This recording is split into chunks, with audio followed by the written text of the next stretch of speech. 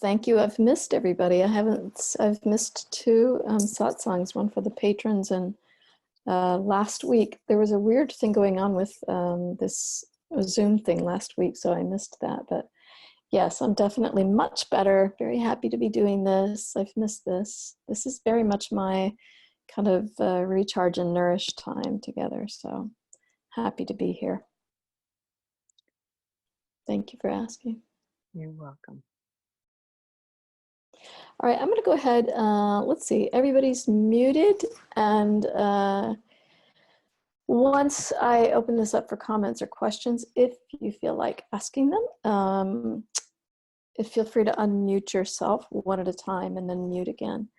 I'm very excited to talk about this. As usually happens, there's been kind of a theme to the week in my conversations or emails or consultations.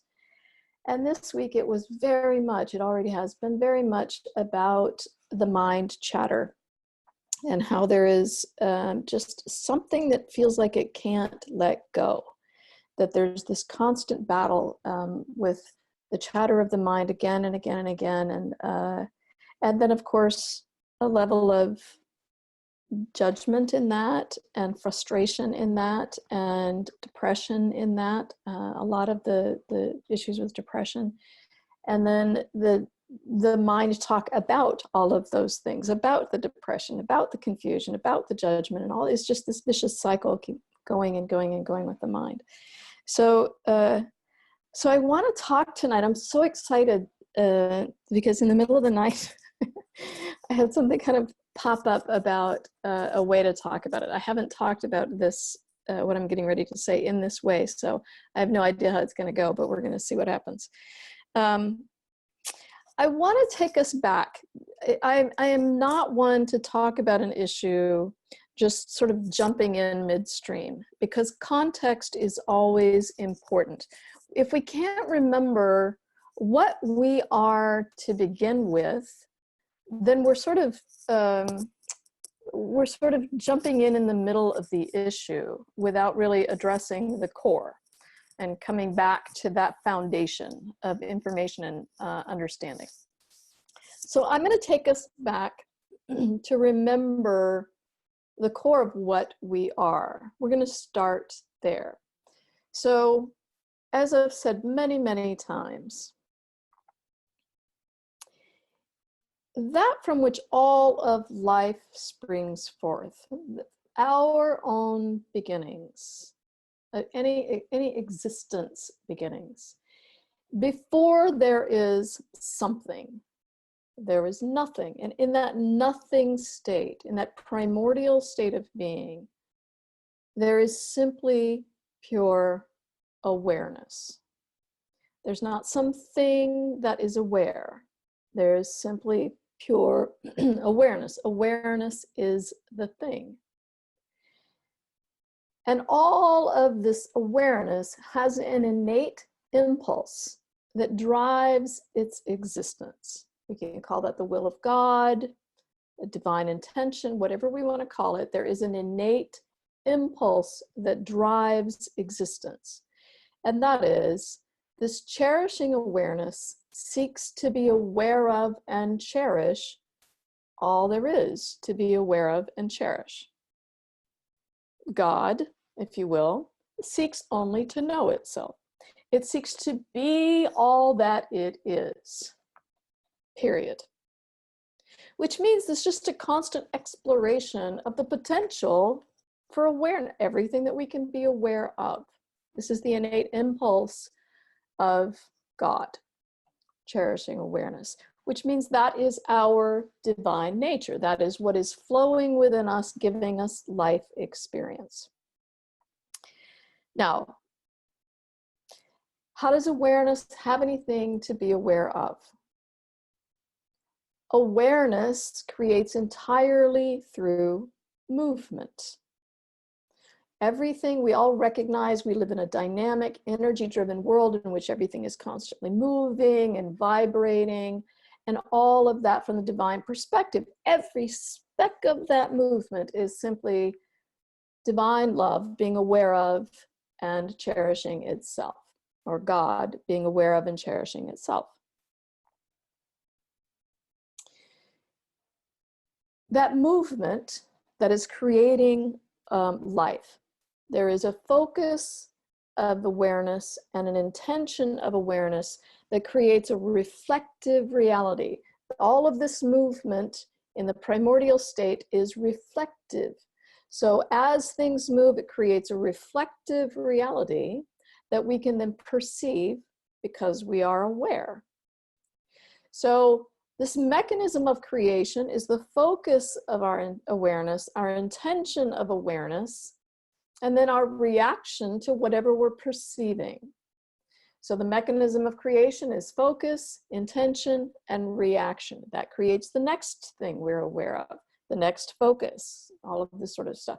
In the initial states, in our exploration, every single reaction we have is cherishing, because that's our nature.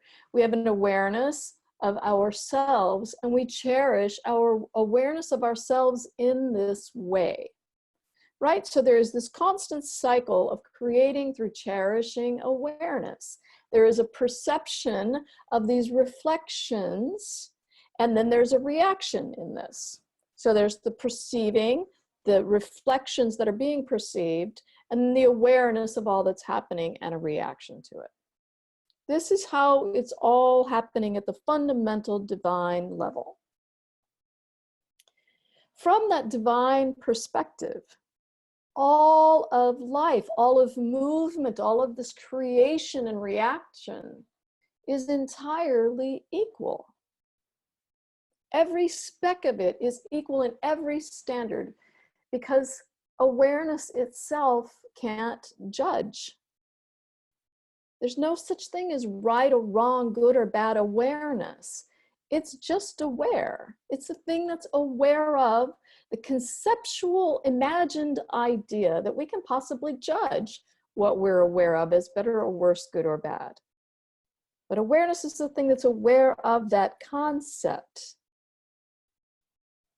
It's the same reason why, from the divine perspective, all of life is entirely free to be whatever it is, as it is, without any kind of oppression or resistance, because awareness itself can't oppress or resist. It's already aware. It's the thing that's aware of the imagined idea that we can resist or oppress what we're already aware of. Same reason why all of life from the divine perspective is unconditionally accepted in a beautiful state of unity and oneness, because awareness itself can't reject. It's already aware. And so awareness is the thing that's aware of the idea that we can possibly reject what we're already aware of. And it's all in a state of unity and oneness, because it's all just cherishing awareness, being aware of and cherishing itself. So from this divine perspective, that which is giving us life experience, that which is giving us awareness in this individualized vessel, considers all of life equal and free and unconditionally accepted in a beautiful state of unity and oneness. And now, as you know, every bit of that in our reality is the opposite of what we experience. Because we experience judgment and oppression and resistance and rejection, and we consider ourselves separate from others. Yes? And you'll also notice that we live in a world in chronic pain. Because any time that we deny any aspect of our divine nature, however we do it, whether we're judging or oppressing, resisting, rejecting, or considering ourselves other, the moment we do that, we create a separation consciousness. We separate ourselves from our divine nature. And the moment that we do that, we're in pain. And then we reject the pain. So we're in this constant cycle of pain that we cannot get out of, because we just keep creating the pain, and then we reject that pain, which therefore continues to create more pain. It's just this constant cycle because we reject our own divine nature. So here we have, in the natural divine state, reflections of God, reflections of awareness, all of these light patterns, and then the perceptions of awareness of this reflection. So we have God as the perceiver, God as the reflected, and here is the experience of awareness. And in between, our mind has inserted Judge Judy. So now we're in this judging all that we are perceiving and aware of. And this is the realm that we're stuck in. This little in-between state in which we are judging, analyzing, evaluating. Is it right? Is it wrong? Who's better or worse? And all of these different judgments, and oppress this side, resist this, reject that, in a state of considering ourselves separate from all that we're perceiving.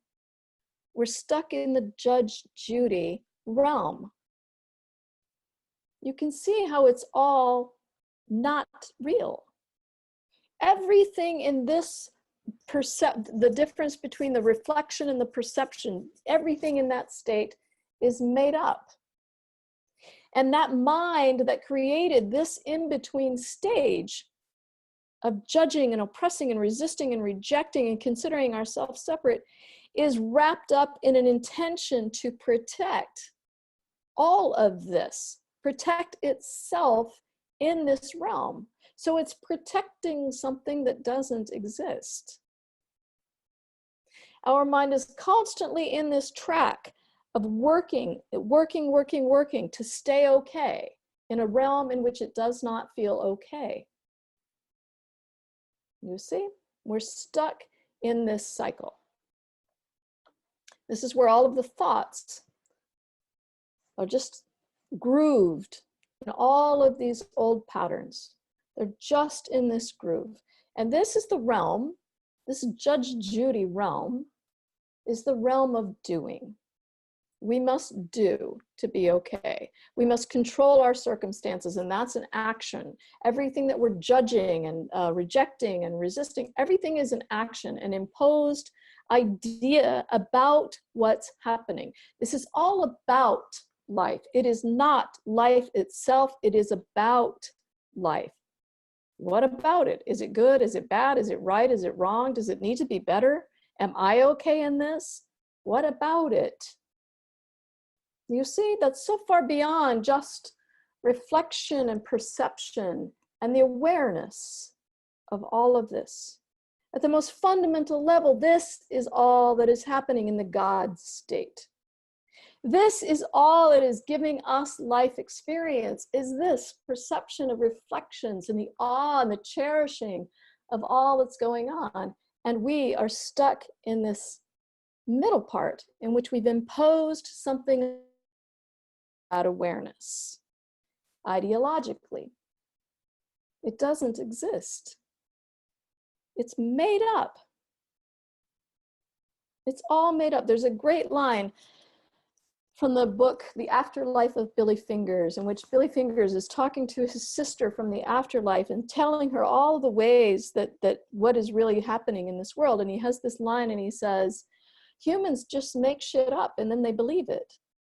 And that's what happens in this realm, is that we just make all this stuff up and then we're passionately defending those beliefs about what we're experiencing, about what we're aware of. You can see where the struggle comes in, with our thoughts constantly busy in this go-between, between perception and reflection, in the analysis about all that's happening. That's what the mind does. In my book, I talked about the difference between being able to be the light of God through the heart and see the light of the world through the mind. The mind was very rudimentary because the mind cannot recreate the world. It's analyzing the world. You see how it does, all of this realm of thoughts, this Judge Judy realm does not exist except in our mind, except in the idea of these things. And that's all our thoughts are related to, in this constant barrage of thinking, of evaluating what's happening and reacting from there. So in my teachings, I always come back down to the understanding that reaction is key. The place from which we react to whatever we're perceiving determines what we experience next. It determines what our contribution to the collective of humanity is. So as long as we are reacting from this Judge Judy realm, from this stage of the in-between perception and reflection, then what we contribute is more of that separation consciousness, more of that frustration, more of the thoughts about what's happening. So in order to get out of this in-between, our mind thinks that we must do something to get out of it, because that's what the mind thinks. It's the doing realm. To control the circumstances, I must do A, B, and C. D, E, and F as well. And this is where a lot of people get trapped. This is where, in particular, a lot of seekers get trapped, because they're doing a lot of things. They're doing a lot of practices to try to drop all of this mind chatter, when in fact there's nothing to do, and that's the whole point. That's the whole entire point, is that we can just let everything be. We can let all of those thoughts, okay, there it is. There it is. We're not battling it. We're not trying to conquer it. We're not trying to make it go away. We're just allowing it. We're just allowing it 100%. Yep, I see you. Yep, I see that this obsessive thing is here. There's no judgment there. I'm just aware of the thoughts.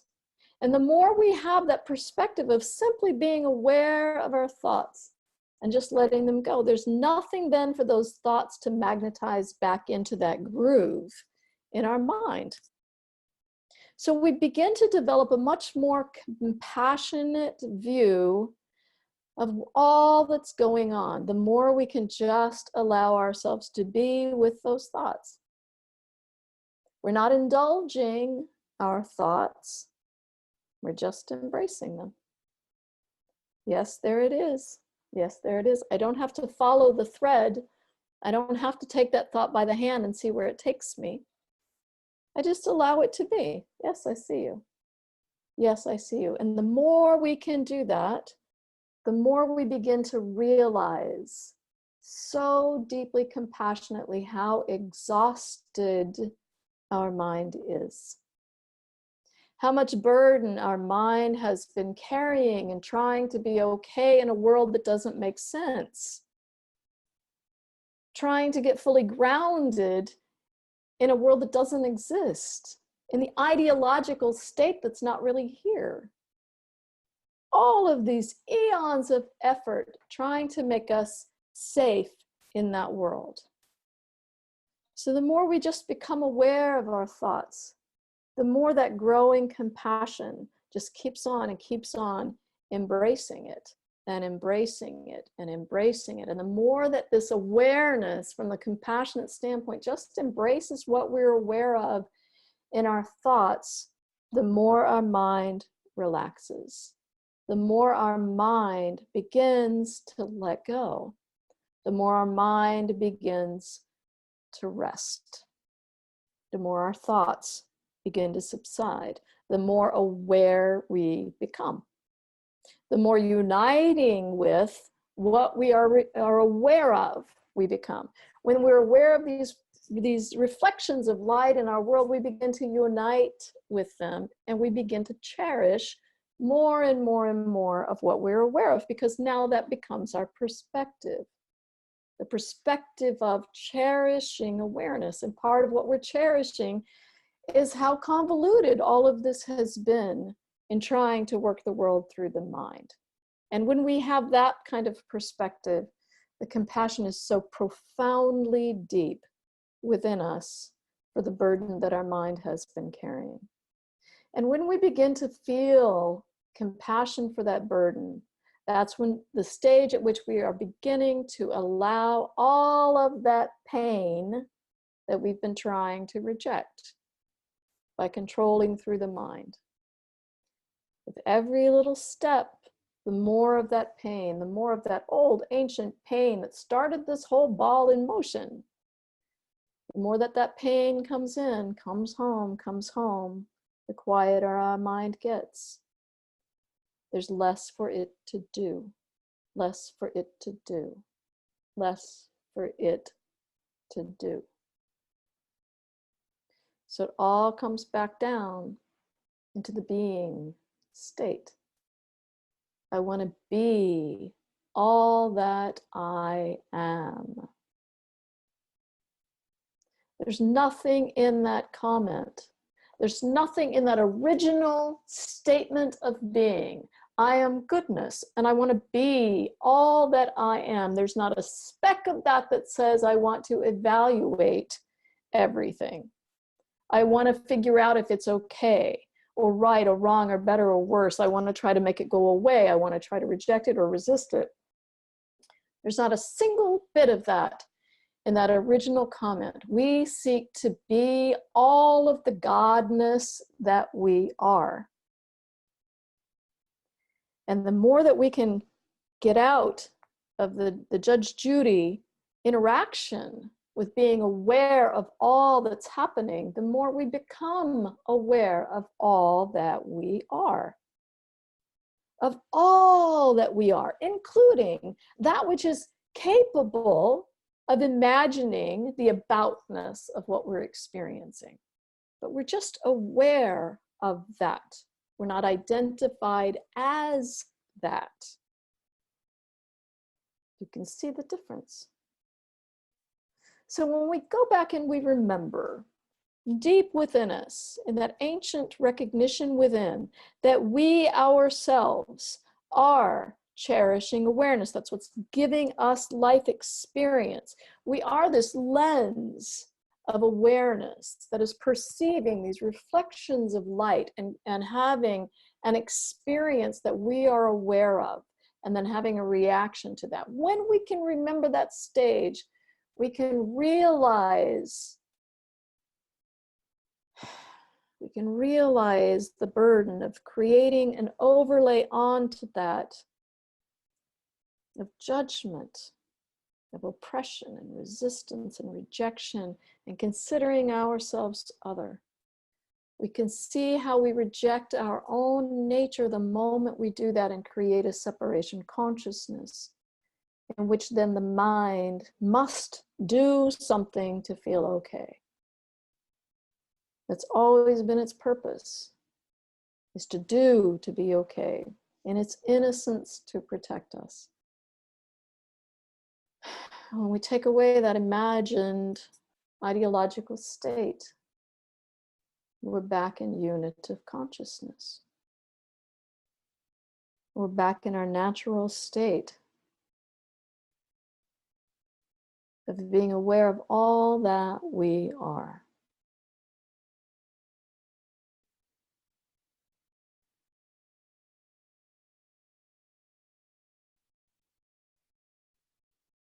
Cherishing awareness, being aware of and cherishing all there is to be aware of and cherish.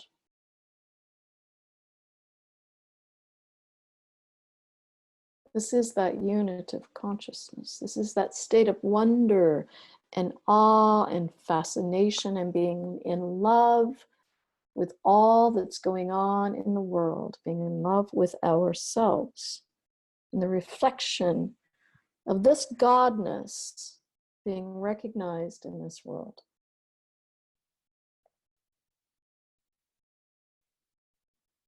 And allowing everything in our mind, all of those obsessive thoughts, to come in for the journey, to come in to be included in that which we are aware of and cherishing, including the pain, anything that feels painful in that mind chatter, including the mind chatter itself.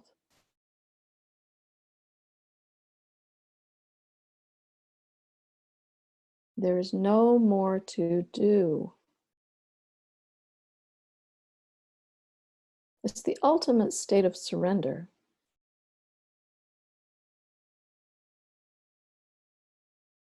It's the ultimate state of surrender. In my own life,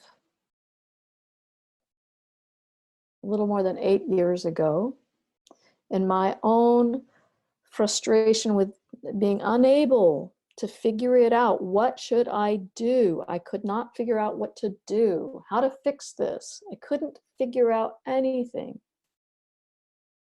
And I lost everything, including my way. And it wasn't until after the suicide attempt on March 25th, 2011, when I woke up, there was nothing more I could do. Not one thing could I do. So I stopped. I just stopped. Stopped trying to figure it out. I stopped trying to make a plan. I stopped trying to fix. I stopped trying to do.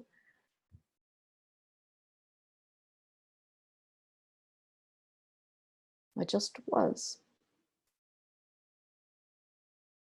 I was just in the being state, in the most supreme way possible. And in that state, all the doors just started flying open.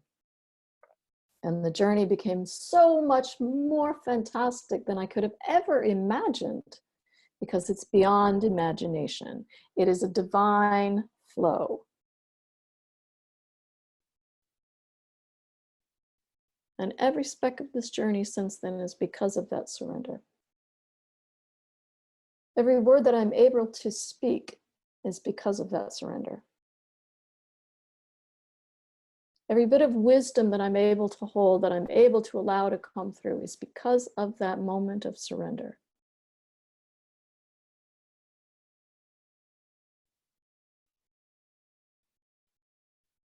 And this is what our mind is seeking.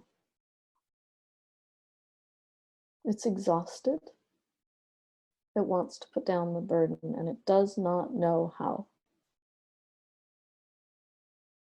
Because it thinks that it has to do something to do that.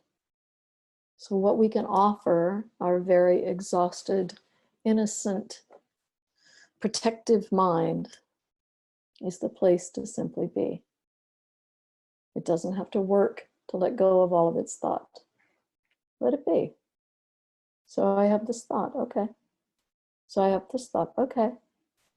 Okay, I see you, welcome. There's nowhere for it to go but into the divine field. There's no magnet driving it around the track again and again and again and again. There's nothing pulling it saying, well, what about this? How about over here? How about over here? Everything is just allowed.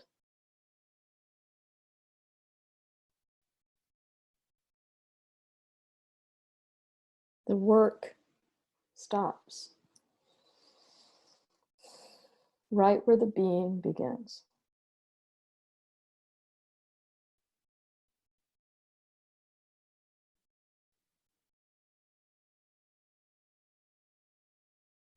So let's go into that being.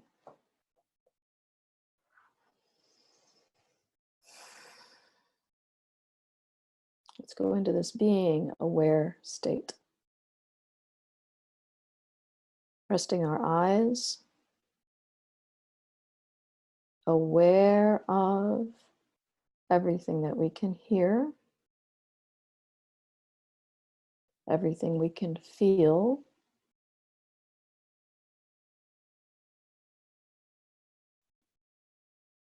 we're just aware of it. We're not evaluating it. We're not questioning it. We're not overlaying anything over this awareness.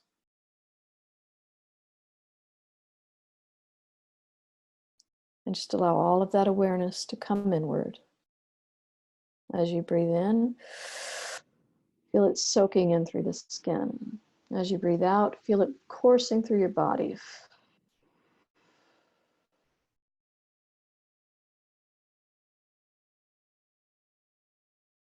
Again, tap into all that we're aware of and breathe it in. Feel it soak in and now circulate.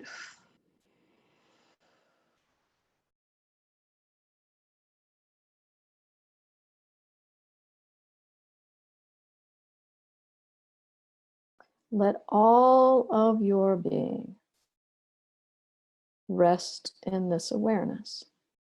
Let it just fall into the spaces of this awareness, into the vastness of all that you can be aware of.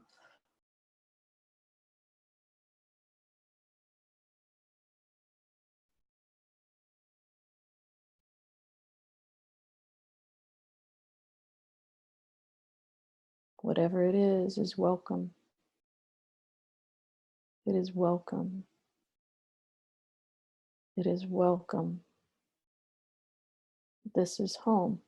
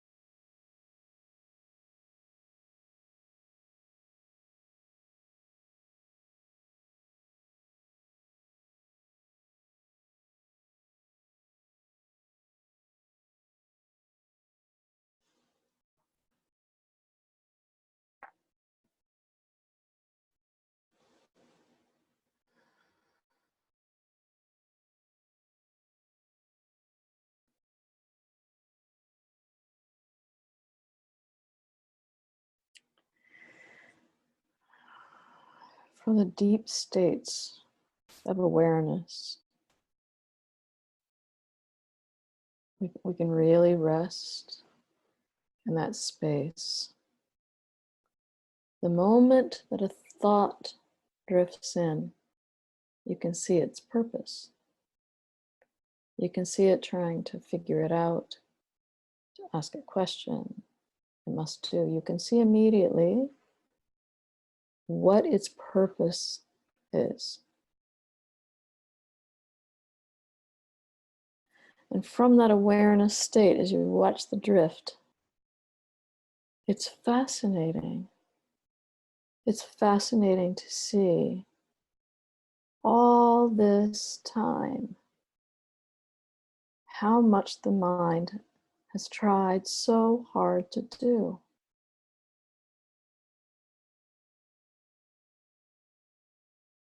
It was a Herculean task to try to be okay in a separation consciousness in which you feel so alone, so inadequate, a world that seems overwhelming, not wondrous. It is absolutely no wonder our minds are exhausted. Why humanity is exhausted and overwhelmed.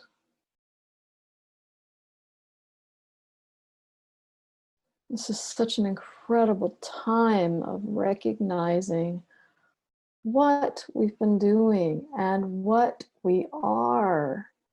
At the same time, we're coming to this understanding.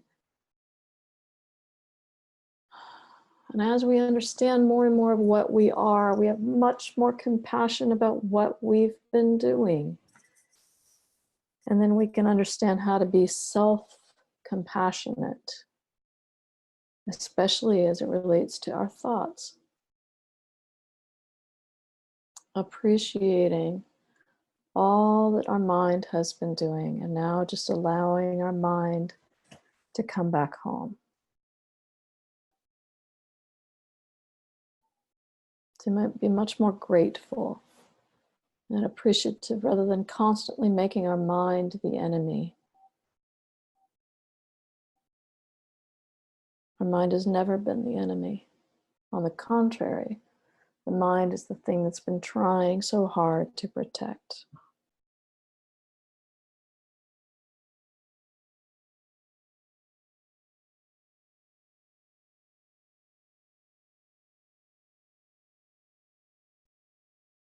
The mind is very ready for relief. It's very ready to be included in this state of fascination and wonder and awe and humor and play in which it is embraced as divine. This is not something that we're used to, especially in spiritual teachings, embracing our mind as something divine. We keep trying to make it go away. We keep trying to make it the enemy, which is the exact opposite of what it's crying out for, which is simply divine love. It's the same cry as every aspect of pain that generates from the mind. It's only crying out for divine love.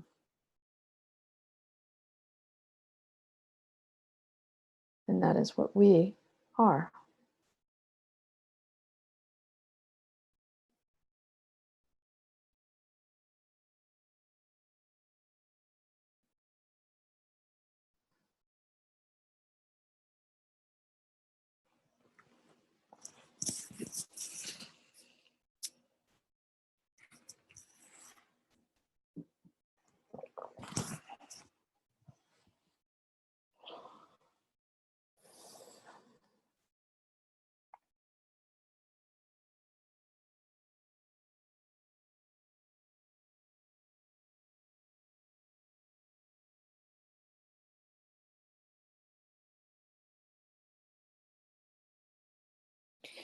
We can rest in this awareness field.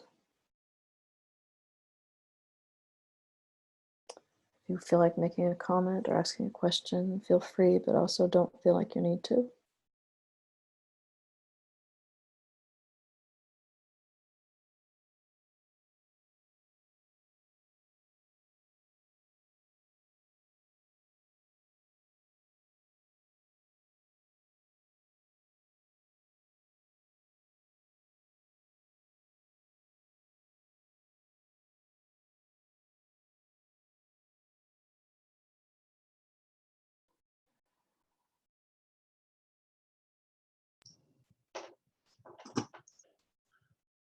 Mary, the word acceptance Yes. arises. Mm-hmm. And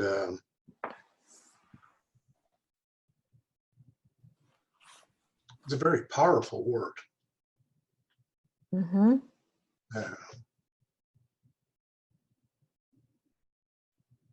Because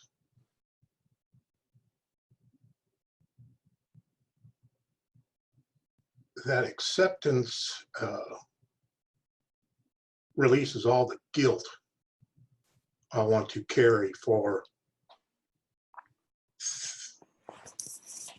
thinking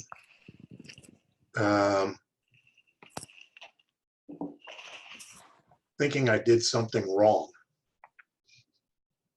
Thinking I did something wrong. Yeah. Yeah. When all I did is I simply forgot. That's right. I forgot my truth. That's exactly right, Steve. In our very first moment, evolutionarily, in our first moment, when we encountered this fear, so in our exploration where we're cherishing everything we're aware of, and we have this first moment where we encounter the pattern of fear, for the first moment in our evolution, we don't cherish what we're aware of. Instead, we reject because we're afraid. So we reject, we turn into that fear. And then as we do this, we lose awareness of ourselves as awareness. Now we are focused in and as fear. And as we do this, now we're no longer connected to ourselves, aware as the oneness of life. So we feel very, very alone and very scared.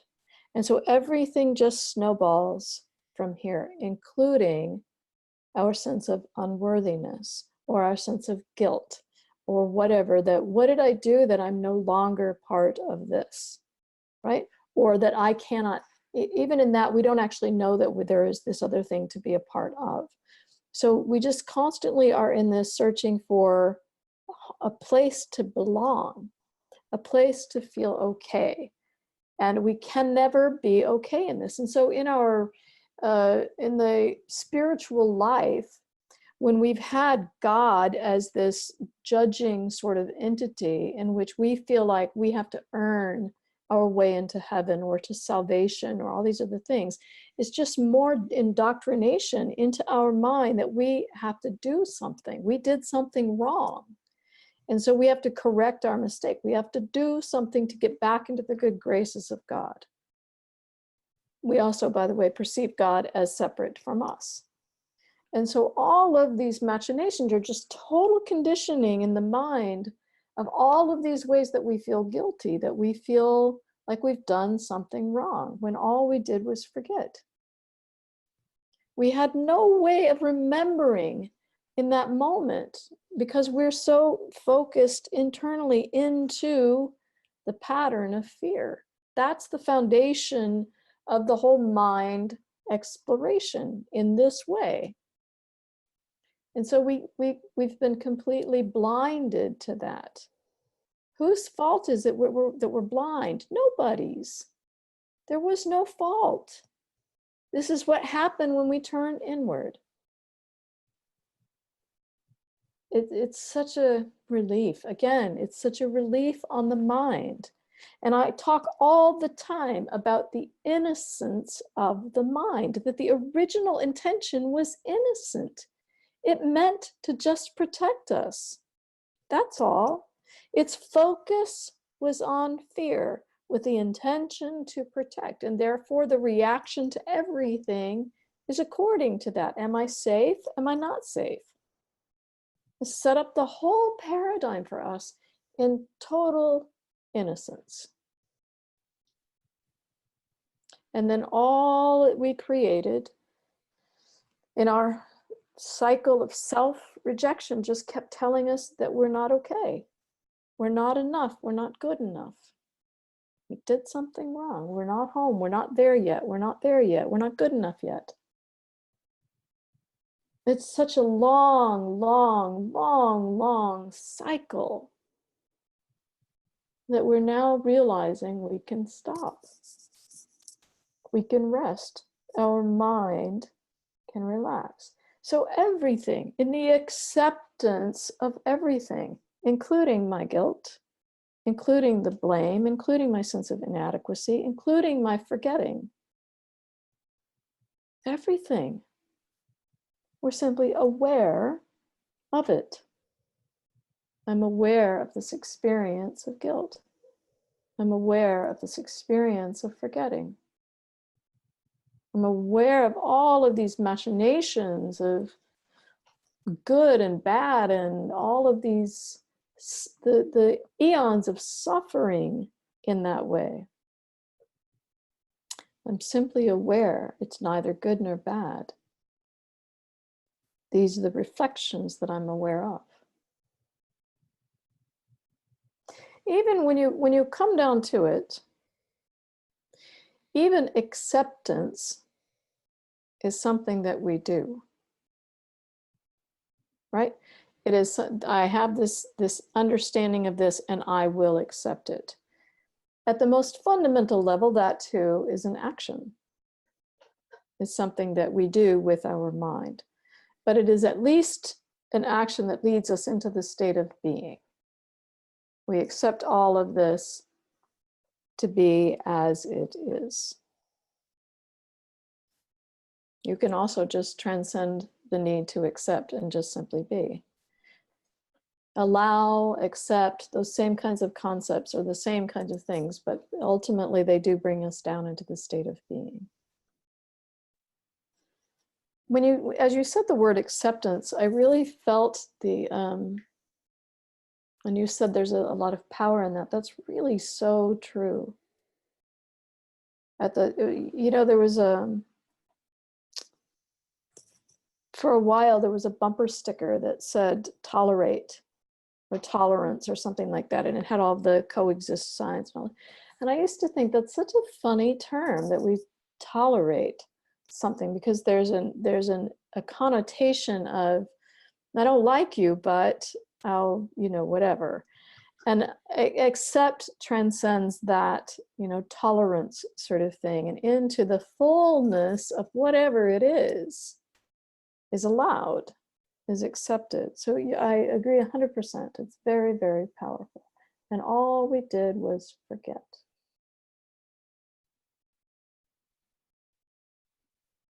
And in that, there's such sweetness for the mind.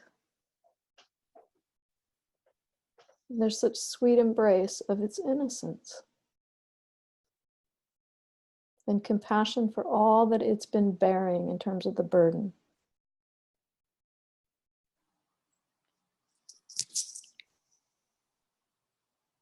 My thought was compassion, but acceptance came through so much more clearly for me. So I just want to thank you and all that is for that. Yes, very good. Yes, acceptance definitely was the word of the day. Yeah, thank you, Mia. And thank you, Steve. Well, the word of the day that caught my attention was in your introduction to tonight's meeting that you stood out. And that What was it? realization. Oh, good. The word realization. That, again, coming to realize our true identity, our God nature.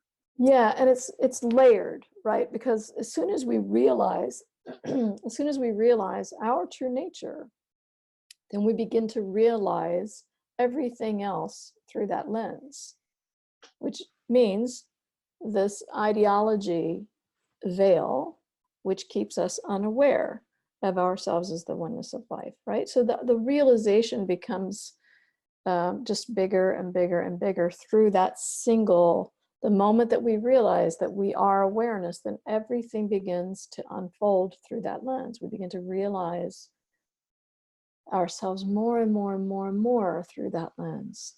It's such a fascinating endeavor.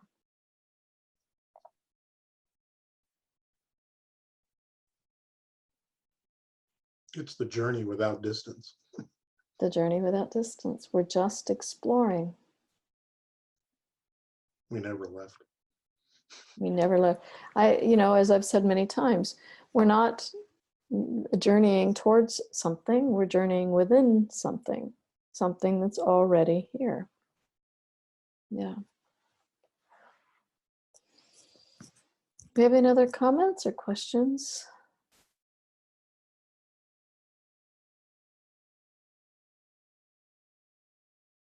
Okay, I want to thank you all for joining me tonight. It's such a joy to be here with you.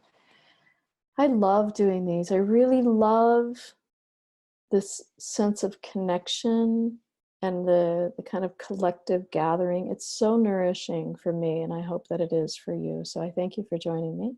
And I will see the patrons. I'll see you Sunday night. Everybody else, I'll see you next Wednesday. Namaste, namaste. See you. Bye. Bye-bye, everyone.